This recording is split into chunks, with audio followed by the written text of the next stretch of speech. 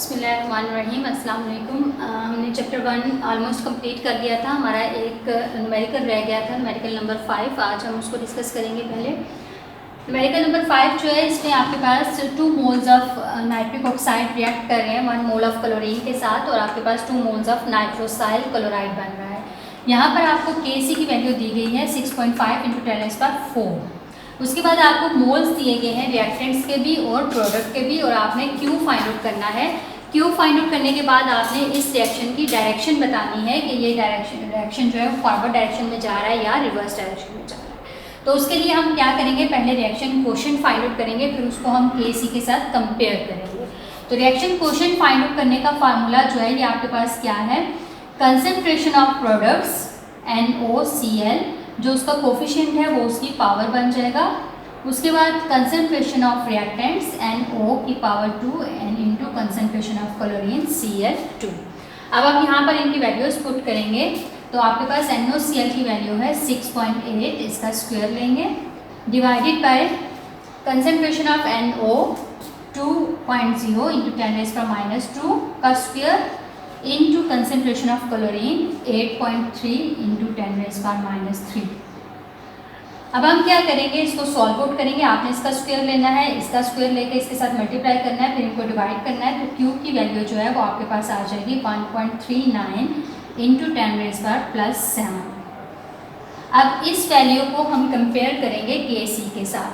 Kc से ये value क्या है, आपके पास बड़ी वैल्यू आ रही है Q की वैल्यू। तो आपने पढ़ा हुआ है कि जब Q जो है ये ग्रेटर देन हो Kc, तो रिएक्शन किस साइड पर जाता है, बैकवर्ड डायरेक्शन में। सो ये रिएक्शन जो है ये किस साइड पर जाएगा, बैकवर्ड डायरेक्शन में जाएगा to attain the equilibrium state. तो ये था हमारा न्यूमेरिकल नंबर 5। उसके बाद अब हम चैप्टर नंबर 2 स्टार्ट करेंगे।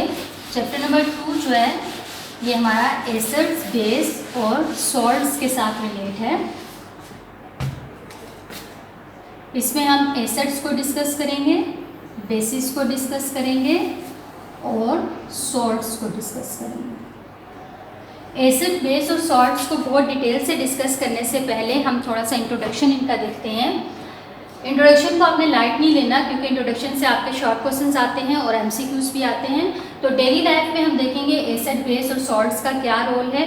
तो सबसे पहले हम देखते हैं कि हमारे जो फूड है उसके अंदर कौन कौन से सब्सटेंसेस हैं जिनमें एसिड पाए जाते हैं। तो हमारे पास फूड में जितने भी सिट्रस फ्रूट्स हैं, जो रसदार फल होते हैं, उनमें एसिड पाया जाता है। उसके बाद हमारे पास सर्टन वेजिटेबल्स हैं जिनके अंदर एसिड्स पाए जाते हैं, ठीक है। उसके बाद जैसे टमाटर वगैरह हैं। उसके बाद हमारे पास पिकल्स हैं, अचार के अंदर एसिड होता है, विनेगर है, सिरके के अंदर एसिड होता है। तो ये डिफरेंट हमारे पास फूड मटेरियल्स हैं जिनके अंदर एसिड्स पाए जाते हैं, ठीक है। इन सब के अंदर जो है वो जो कंपोनेंट्स होते हैं वो एसिडिक इन नेचर होते हैं। उसके बाद हमारे कंपोनेंट्स ऑफ लाइफ हैं। कंपोनेंट्स ऑफ लाइफ मतलब कि हमारी बॉडी के अंदर, हमारे सेल्स के अंदर डिफरेंट कंपोनेंट्स पाए जाते हैं जिनमें एसिडिक भी होते हैं और बेसिक भी होते हैं। हर कंपोनेंट की एक सर्टेन pH होती है और वो pH डिफाइन करती है कि ये कंपाउंड कितना एसिडिक है या कितना बेसिक है। तो हमारा ब्लड, ठीक है, उसकी एक सर्टेन pH होती है। उस pH से कम या ज़्यादा हो जाए तो इंसान सर्वाइव नहीं कर सकता है। हमारी बॉडी में मौजूद प्रोटीन्स, ठीक है, उसके अंदर एसिडिक कंपोनेंट्स भी होते हैं, बेसिक कंपोनेंट्स भी होते हैं। उसके बाद एंजाइम्स के अंदर जेनेटिक मटेरियल है, ठीक है, DNA, RNA, जीन्स वगैरह, वो भी एसिडिक और बेसिक नेचर दोनों के होते हैं, ठीक है। उसके बाद है stomach, human stomach. Human stomach जो है, इसमें कंटिन्यूसली एक एसिड रिलीज हो रहा होता है और वो एसिड होता है HCl। ये एसिड हमारे स्टमक के लिए बहुत ज़्यादा ज़रूरी है, because it help in digestion of food. इसके बगैर फूड की डाइजेशन पॉसिबल नहीं होती। लेकिन इसकी भी जो आपके पास रिलीज़ है स्टमक के अंदर, वो एक लिमिट तक होती है। अगर उस लिमिट से एक्सीड हो जाए तो स्टमक में बर्निंग स्टार्ट हो जाती है, हार्ट बर्न शुरू हो जाता है, स्टमक एसिडिटी होना शुरू हो जाती है। तो स्टमक एसिडिटी जो है, इसको क्योर करने के लिए हम क्या चीज़ यूज़ करते हैं, स्टमक एसिडिटी किस तरह से हम रिड्यूस कर सकते हैं, उसके लिए हम बेसिक चीज़ें यूज़ करते हैं। और जो मोस्टली यूज़ होने वाली बेस है वो है मिल्क ऑफ मैग्नीशिया।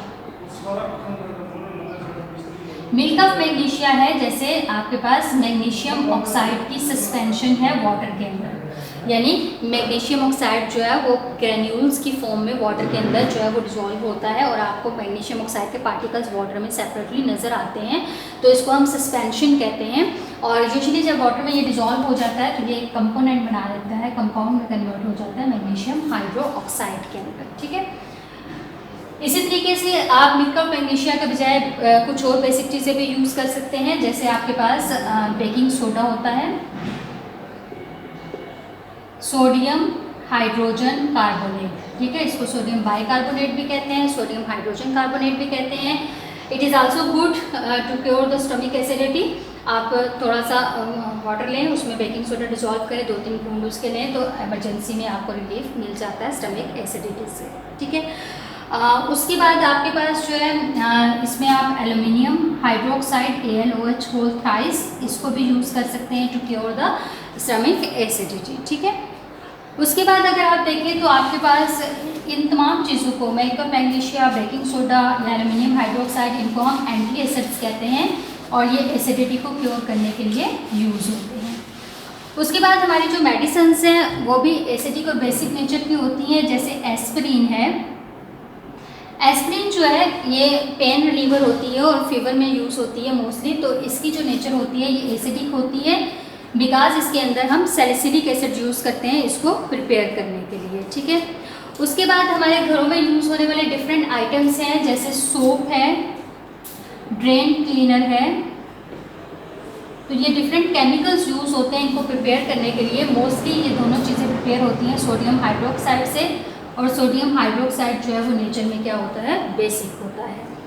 उसके बाद हमारे पास जो है वो डिफरेंट एसिड्स हैं, जैसे नाइट्रिक एसिड है, सल्फ्यूरिक एसिड है, हाइड्रोफ्लोरिक एसिड है, ठीक है, या हाइड्रोक्लोरिक एसिड है। तो ये सारे नेचर में एसिड्स होते हैं और इनका बहुत इंपॉर्टेंट रोल है इंडस्ट्री में। जैसे नाइट्रिक एसिड जो है it is used to design copper items, ठीक है, कॉपर मेटल से जितने भी डेकोरेशन पीसीज या बर्तन वगैरह बनते हैं उनकी डिज़ाइनिंग करने के लिए नाइट्रिक एसिड को यूज़ किया जाता है, क्योंकि नाइट्रिक एसिड जो है ये कॉपर मेटल को अपने अंदर डिसॉल्व करता है और इचिंग ऑफ जो डिज़ाइंस होते हैं वो इसकी मदद से बनाए जाते हैं।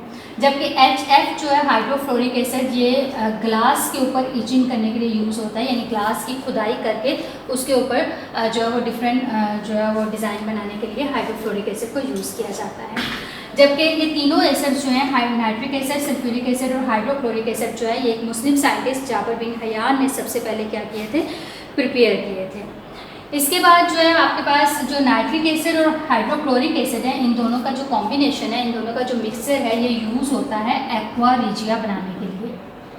एक्वा रिजिया जो है इसको रॉयल वाटर भी कहा जाता है और ये यूज़ होता है टू डिज़ोल्व गोल्ड। गोल्ड और प्लैटिनम ये दो ऐसी मेटल्स हैं जो किसी भी सॉल्वेंट में डिसॉल्व नहीं होती हैं, लेकिन रॉयल वाटर के अंदर यानी एक्वा रिजिया जो नाइट्रिक एसिड और हाइड्रोक्लोरिक एसिड का मिक्सचर होता है उसके अंदर ये डिसॉल्व हो जाती हैं। उसके बाद हमारे पास अमोनिया एक कंपाउंड है NH3, इसको यूज़ किया जाता है फर्टिलाइज़र इंडस्ट्री में मुख्तलिफ़ किस्म की खाद बनाने के लिए और ये भी बेसिक इन नेचर होता है। क्या होता है कि जब हम एक ही पीस ऑफ लैंड के ऊपर मुख्तलिफ तरह की कल्टिवेशंस करते रहते हैं तो वो जो सॉइल है उसकी फर्टिलिटी रिड्यूस हो जाती है, उसकी सरगेज़ी कम हो जाती है, तो उसको दोबारा जो है वो हासिल करने के लिए हम डिफरेंट फर्टिलाइज़र्स इस्तेमाल करते हैं। कुछ एसिडिक नेचर के फर्टिलाइज़र्स होते हैं, कुछ बेसिक नेचर के फर्टिलाइज़र्स होते हैं। अगर एसिडिक नेचर के फर्टिलाइज़र्स यूज़ किए जाएँ तो सॉइल की एसिडिटी इंक्रीज़ कर जाती है और सॉइल की एसिडिटी बढ़ना भी क्रॉप्स के लिए इतनी अच्छी नहीं होती। तो सॉइल की एसिडिटी को रिड्यूस करने के लिए हम उसके अंदर कुछ बेसिक जो केमिकल्स हैं वो ऐड करते हैं। तो यूजुअली हम क्विक लाइम ऐड करते हैं, कैल्शियम ऑक्साइड, सॉइल की एसिडिटी को रिड्यूस करने के लिए, और इसके अलावा कैल्शियम हाइड्रोक्साइड भी यूज़ किया जा सकता है। तो ये शॉर्ट क्वेश्चन में पूछा गया है बोर्ड के कि how acidity of soil is reduce, तो सॉइल की एसिडिटी कैसे रिड्यूस करेंगे हम, उसके अंदर बेसिक केमिकल्स कैल्शियम ऑक्साइड और कैल्शियम हाइड्रोक्साइड जो है उनको डाल के। तो ये कुछ इंट्रोडक्शन था हमारे पास एसिड, बेसिस और सॉल्ट्स का।